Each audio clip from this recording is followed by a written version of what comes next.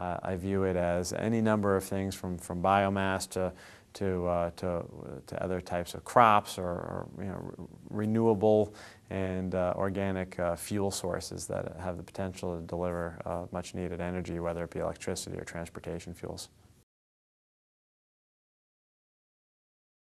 Well, I think what they want to make sure is that there's a balance there. If you're looking at bioenergy production, obviously we need land to be able to do that, and we need land available for use other than residential or commercial use. So I think you have to make sure that there's a balance there if you're looking at making land use decisions, to make sure that the lands are available for the production of biological sources of energy. So from their standpoint, they have to make sure that they keep in mind that if we're going to have those sources of renewable bioenergy, there has to be lands available to sustain that production. I think we need to be most concerned about how the land use is related to our transportation systems, whether it's the development of more intense residential and commercial development, that we want to make sure that we're not pushing a lot of more transportation energy use, but we can tie it to mass transit, tie it to denser nodes of development. And then for the rural areas around there, for example, in the biomass area, bioenergy area, we're going to be able to need to more easily move the materials to where that material can be used. And so thinking about how all of this relates to the transportation system is very important. I think it's unlimited. I think that obviously, as we know going forward, the demand for energy is going to be there. As part of a comprehensive energy policy, we're going to have biofuels as part of that portfolio. And I think that we're going to have that as we scale down in the availability of fossil fuels. I think the demand for biofuels and other renewable and alternative sources of energy is going to continue to expand. So I think the horizons for biofuels are unlimited. Well, I think there are possibilities for a viable large-scale market to emerge. I think scale is going to be an important question to address. Do we want large-scale bioenergy facilities, or do we want to focus more on integrating small-scale operations into, say, a regional approach that could benefit communities, that could benefit our environment, and also enhance local economies? I think that we need to have a very diverse sources of energy across Virginia available to us, and that bioenergy will grow in its percentage of the energy that is provided to Virginia. It's kind of locally grown.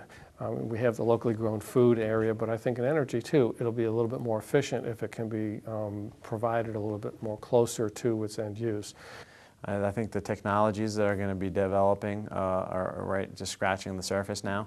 Certainly the feedstock is widely available, so I think it's a matter of the technologies developing and maturing. I think it's a matter of the markets developing and maturing. When you're going to reach a kind of a point on the curve where those are going to come together, and you're going to have, I think, a powerful dynamic where we're going to be able to tap into a lot more of the bioenergy feedstocks much more efficiently and deliver those to the market. Waste energy is a sustainable, viable, climate-friendly, renewable resource that deserves to be considered in a host of communities as they figure out how to handle their solid waste management issues. And every community in the country has a solid waste management issue, and more we're looking at they're having energy issues as well. And I think waste energy can help solve both of their problems. Well, I think right now there's a lot of great technology there that has been proven on the small scale. We've got to aggressively get to the point of scaling that up to the production level to make sure that we can now get those technologies and that research to be applied and to get it to the level where we can produce significant amounts of fuel. We also have to look again about thinking outside the box and making sure that we are considering all the different aspects of what can be brought to bear on alternative and renewable sources of energy. So it's going to take a little bit different realm of thinking, and it's also going to make, so we need to get past that inertia. We also need to make sure too that we are aggressively scaling up the ability to produce energy from these alternative and renewable sources. People are making business plans, and they need to, if they're basing them on a higher energy cost and then the energy costs drop down, then they can run into some troubles. And so they need to have business plans that can adjust based upon the various energy costs. In 1999, 37% of my fuel came from sawmills. Today it's like 17%. And what we're finding is we're losing the mills because of this economic downturn. And the other critical thing is we're losing loggers. And to get in the logging business now, you're talking about a minimum of $1 million or $2 million to get in there. And nobody's picking that up and going forward with it. Entrepreneurs who are interested in investing in the technology, creating facilities to generate and create renewable energy, but at the same time needing a well-developed cadre of service providers to go and harvest that material and bring it to them. And in many cases, the entrepreneur is looking for the service provider to agree to provide that material. And the service providers are saying, well, we'll provide the material once you demonstrate that the facility is actually in place. So that's something that will need to be ironed out in the coming years. I think it's most promising in the Southeast. It is the wood basket of the world. Significant amount of forest management occurs. There are vast tracts of pine plantations. In many cases, some of the markets associated with the traditional products that come out of those forests from the forest management are waning to some extent, and this could reinvigorate opportunities for achieving sustainable forest management in the future.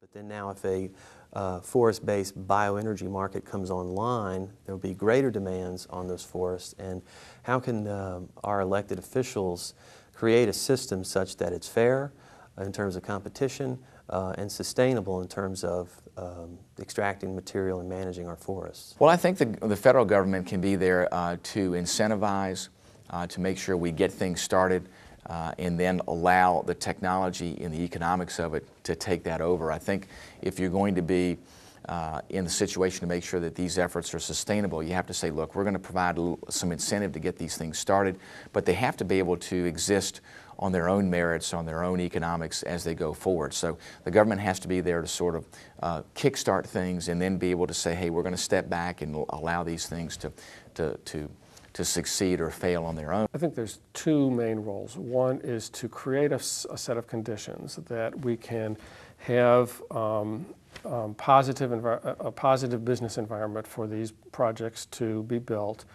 with adequate protections for our communities and our environment as they're built, so that we can create these types of governmental conditions for these types of projects.